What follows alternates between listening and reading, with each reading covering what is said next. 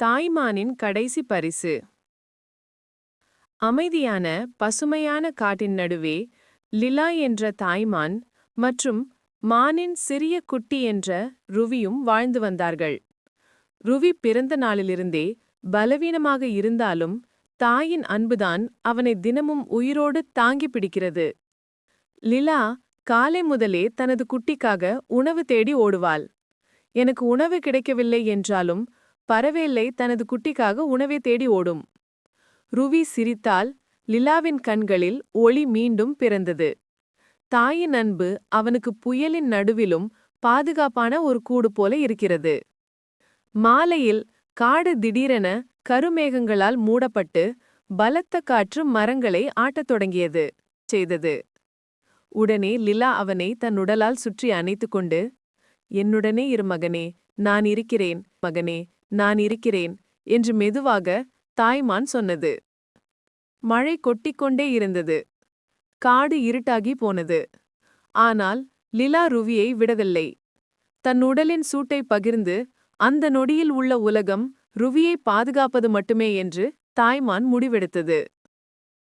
ஆனால் அந்த இரவு ருவியின் உடல் இன்னும் மெலிந்தது. அவன் மூச்சு சிறிது சிறிதாக குறையத் துவங்கியது. லிலா பயப்படாமல் தலையை அருகே வைத்தபடி தலையணைத்து கொண்டே இருந்தது. மான்குட்டியின் சிறுநாடி இன்னும் துடிக்கிறதா என்று ஒவ்வொரு கணமும் பார்த்து கொண்டிருந்தது.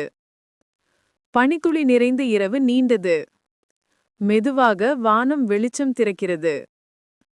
சூரியன் உதிக்கத் தொடங்கிய வேளையில் ருவியின் மூச்சு முற்றிலும் நின்றுவிட்டது.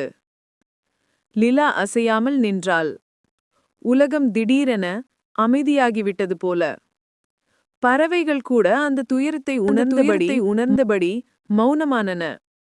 லிலா ருவியின் சிறிய உயிரற்ற உடலை தன் முகத்தால் தொடர்ந்து நீண்ட மூச்சு விட்டாள். அவள் கண்களில் வலி இருந்தாலும் அன்பு குறையவில்லை. ருவி அவளது வாழ்வில் இருந்த குறுகிய நாட்களெல்லாம் பாசத்தால் நிரம்பியிருந்தன என்பதை நினைத்து அவள் தலை வணங்கினாள். பின்னர் அங்கே அருகில் விழுந்திருந்த ஒரு வெள்ளை மலரை கவனித்தாள். அது மிகவும் மென்மையானது, அழகானது, ருவியைப் போலவே. அதை எடுத்துக்கொண்டு ருவியின் தலையருகில் மெதுவாக வைத்தாள். இனி யாரும் உன்னை கேலி செய்ய மாட்டார்கள் மகனே என்று மென்மையாக சொன்னாள். அந்த வெள்ளை மலரே ருவிக்கு அவள் அளித்த கடைசி பரிசு. அதன்பின் லிலா மெதுவாக அவன் அருகிலிருந்து நடந்து சென்றாள். மான்குட்டியின் நினைவுகள் உள்ளத்தில் ஆழமாக இருக்கிறது.